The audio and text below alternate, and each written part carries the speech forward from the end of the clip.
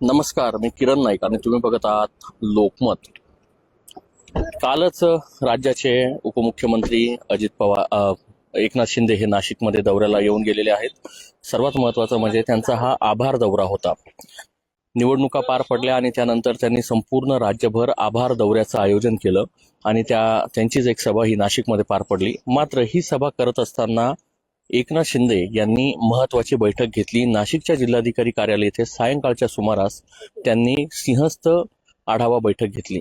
खरं तर ही बैठक अत्यंत महत्वाची समजली जात होती, कारण की ह्या बैठकीला मंत्री गिरीश महाजन जे आहेत ते उपस्थित नव्हते. प्राथमिकदृष्ट्या असं सांगितलं जात होतं का त्यांना ह्या बैठकीचं निमंत्रणच देण्यात आलं नाही. मात्र स्वतः गिरीश महाजन यांनी सांगितलं का मला या बैठकीसाठी मला निमंत्रण होतं, मात्र मी काही कारणास्तव तिथे उपस्थित नाही राहू शकलो आणि ते जळगावला या ठिकाणी म्हणजे त्यांच्या जामनेर या मतदारसंघामध्ये ते गेले होते. मात्र नाशिकच्या कुंभमेळ्याच्या या बैठकीवर सर्वांच्या नजरा का होत्या हेच आपण या व्हिडिओच्या माध्यमातून पाहणार आहोत. खरं तर नाशिक आणि रायगड या दोन जिल्ह्याच्या पालकमंत्री पदावर खरं तर स्थगिती देण्यात आलेली आहे. गेल्या महायुतीच्या सरकारमध्ये दादा भुसे हे पालकमंत्री होते आणि त्यानंतर जेव्हा हे नवीन सरकार आलं त्यावेळेस जे गिरीश महाजन आहे त्यांना नाशिकचं पालकमंत्रीपद देण्यात आलं. तर तिकडे अदिती तटकरे रायगडला त्यांना पालकमंत्रीपद देण्यात आलं. मात्र एक शासनाकडनं एक जाहीर निघाला. त्यावेळेस मुख्यमंत्री देवेंद्र फडणवीस हे दावसला होते आणि एक सर्क्युलेट आलं आणि त्यामध्ये नाशिकच्या आणि रायगडच्या पालकमंत्री पदाला खरं तर स्थगिती देण्यात आली. खरं तर अशी चर्चा होती की मुख्यमंत्री शिंदे हे नाराज आहे, कारण की नाशिकचं पालकमंत्रीपद त्यांना हवं होतं आणि ह्यासोबतच जे रायगडचं पालकमंत्रीपद आहे ते भरत गोगावले हे खरं तर आग्रही होते आणि त्यांना हे पालकमंत्रीपद मिळेल अशी देखील अपेक्षा होती. मात्र ह्या स्थगित्या ज्या आहेत त्या अद्याप कायम आहेत. नाशिकमध्ये 2026 आणि 27ला कुंभमेळा होणार आहे आणि ह्या कुंभमेळ्यासाठी हजारो कोटीचा निधी खरं तर या नाशिक शहरामध्ये विकासासाठी येईल. नाशिक असेल किंवा त्र्यंबकेश्वर या दोन ठिकाणी हा कुंभमेळा भरतो आणि याच ठिकाणी खरं तर हा निधीचा जो आहे तो वापर या ठिकाणी होईल. त्यामुळेच आपल्या कार्यकाळात एक चांगलं काम व्हावं अशा उद्देशानेच नाशिकच्या पालकमंत्री पदावर खरं तर भाजप असेल किंवा एकनाथ शिंदे यांच्या शिवसेनेची खरं तर नजर आहे. काल जेव्हा उपमुख्यमंत्री एकनाथ शिंदे यांनी जी बैठक घेतली त्या बैठकीमध्ये उपस्थित होते ते दादा भुसे. त्यांना जेव्हा माध्यमांना ते समोर आले तेव्हा त्यांना याबाबत विचारणा करण्यात आली का नाशिकच्या पालकमंत्री पदाचा वाद किंवा तिढा कधी सुटणार आहे. त्यांनी जरी सांगितलं का नाशिकच्या पालकमंत्री पदाचा जो तिढा आहे आम्ही दोन्ही उपमुख्यमंत्री आणि एक मुख्यमंत्री आम्ही बसून हा निर्णय घेऊ, मात्र त्यांनी एक सूचक इशारा केला की दादा भुसे आहेत ना बैठकीला, म्हणजेच की काय नाशिकचं जे पालकमंत्री पद आहे ते शिवसेनेकडेच जाणार आणि दादा भुसे हेच पालकमंत्री राहणार, कारण की जवळपास 10,000 कोटीपेक्षा जास्त रक्कम ही नाशिक आणि त्र्यंबकेश्वरच्या विकास निधीसाठी या ठिकाणी प्राप्त होणार आहे. मात्र गिरीश महाजन यांना एकाएकी जे आहे या बैठकीला त्यांनी खरं तर गैरहजेरी लावली. त्यांचं काहीतरी काम होतं. मात्र ह्या बैठकीकडे खरं तर अनेकांच्या नजरा होत्या. याचं कारण देखील तसंच आहे, कारण की निधी येणार आहे आणि दिलेली गिरीश महाजन यांच्या निवडीला स्थगिती, त्यामुळे ह्या एकाएकी पालकमंत्री पदाच्या चर्चेला उधाण आलेलं आहे. आणि कालच एक अशी बातमी समोर आली होती की मुख्यमंत्र्यांच्या वॉर रूमच्या बाजूला एक समन्वय कक्ष हा एकनाथ शिंदेचा आहे. याचा अर्थ असा की काय की एकनाथ शिंदे आता प्रत्येक ठिकाणी ज्या ठिकाणी खरं तर त्यांनी लक्ष पूर्वीपासून घालायला पाहिजे होतं ते मध्यंतरीच्या काळामध्ये काही नाराज होते अशी देखील चर्चा होती आणि त्यांनी परत एकदा आता सर्वत्र लक्ष घालायला सुरुवात केलं अशी देखील या ठिकाणी खरं तर चर्चा आहे.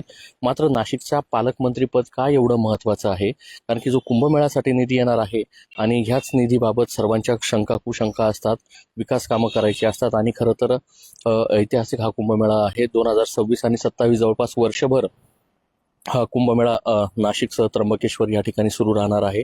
दादा भुसे जर या बैठकीला असले, उपमुख्यमंत्री एकनाथ शिंदे आभार दौऱ्यानिमित्त जरी नाशिकला असले, मात्र गिरीश महाजन यांच्या दांडीने खरं तर चर्चेला उधाण खरं तर पाहायला मिळालं. मात्र हे सर्व सुरूच असताना आज राधाकृष्ण विखे पाटील यांनी नाशिक महानगरपालिकेमध्ये कुंभमेळ्याची एक आढावा बैठक जी आहे ती घेतली. खरं तर सुरुवातीच्या वेळेस माध्यमांना या बैठकीमध्ये येण्यासाठी त्यांनी नकार दिला होता की कोणतंही चित्रीकरण करू नका. मात्र 2 दिवसापूर्वीच नाशिकचं जे जिल्हा प्रशासन आहे ते सिटी लिंकच्या माध्यमातून त्यांनी सर्व नाशिकचं पंचवटी असेल किंवा तप्पन असेल या सर्व परिसरामध्ये त्यांनी पाहणी केली. यामध्ये विभागीय आयुक्त गमे असतील, पोलीस आयुक्त संदीप कर्णिक असतील, यासोबतच जे वेगवेगळे जिल्हाधिकारी असतील ह्यांनी देखील गेल्या काही दिवसांपासून, कारण की प्रयागला कुंभमेळा सुरू आहे आणि त्याच कुंभमेळ्याच्या पार्श्वभूमीवर आपल्याकडे काय उपाययोजना करतील. प्रयागचा कुंभमेळा जरी 1 ते 2 महिन्याचा असला, मात्र नाशिकमध्ये चालणारा कुंभमेळा हा जवळपास वर्षभर आहे. परवान्या जरी 5 आहे, मात्र त्यामध्ये टाइम पिरियड मोठा आहे. 2026 साली या ठिकाणी ध्वजारोहण होईल, तर 27 मध्ये ज्या परवान्या आहेत त्या पार पडतील. आणि विखे पाटलांची ही बैठक म्हणजेच भाजपची बैठक, काल शिंदेंनी पालकमंत्री पदावर अनौपचारिक पद्धतीने जरी दावा केला, मात्र नाशिकच्या जागेवर भाजपचा दावा हा कायम असल्याचा पाहायला मिळतोय. गिरीश महाजन यांना कुंभमेळा मंत्री देखील म्हटलं जातं, कारण की गेल्या कुंभमेळ्यामध्ये गिरीश महाजन जे आहेत ते या ठिकाणी संपूर्ण पालकमंत्री होते आणि संपूर्ण कुंभमेळ्याची जबाबदारी त्यांनी पार पाडली. माध्यमांशी देखील ते बोलले होते आणि त्यांनी सांगितलं होतं की आमची एक टीम प्रयागला जाणार आहे किंवा जिल्हा प्रशासन जे आहे ते प्रयागला जाणार आहे, तिथे काय उपाययोजना केलेल्या आहेत याचा अभ्यास करून आणि ह्या संदर्भातले ते निर्णय घेतील.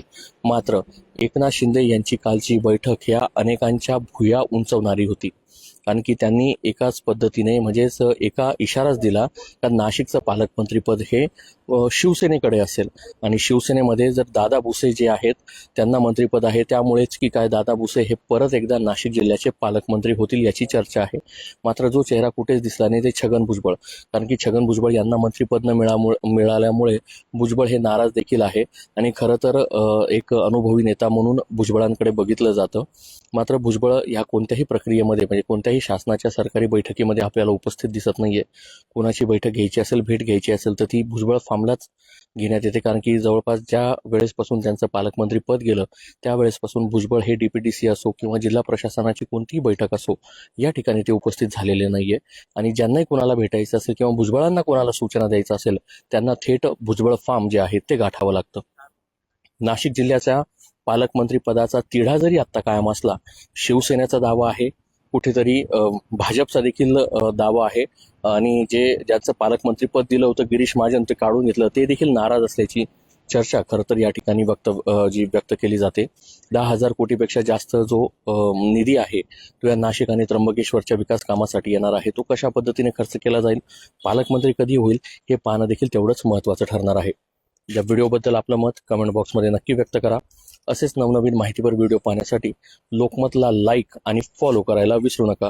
मी किरण नाईक, लोकमत.com साठी नाशिक.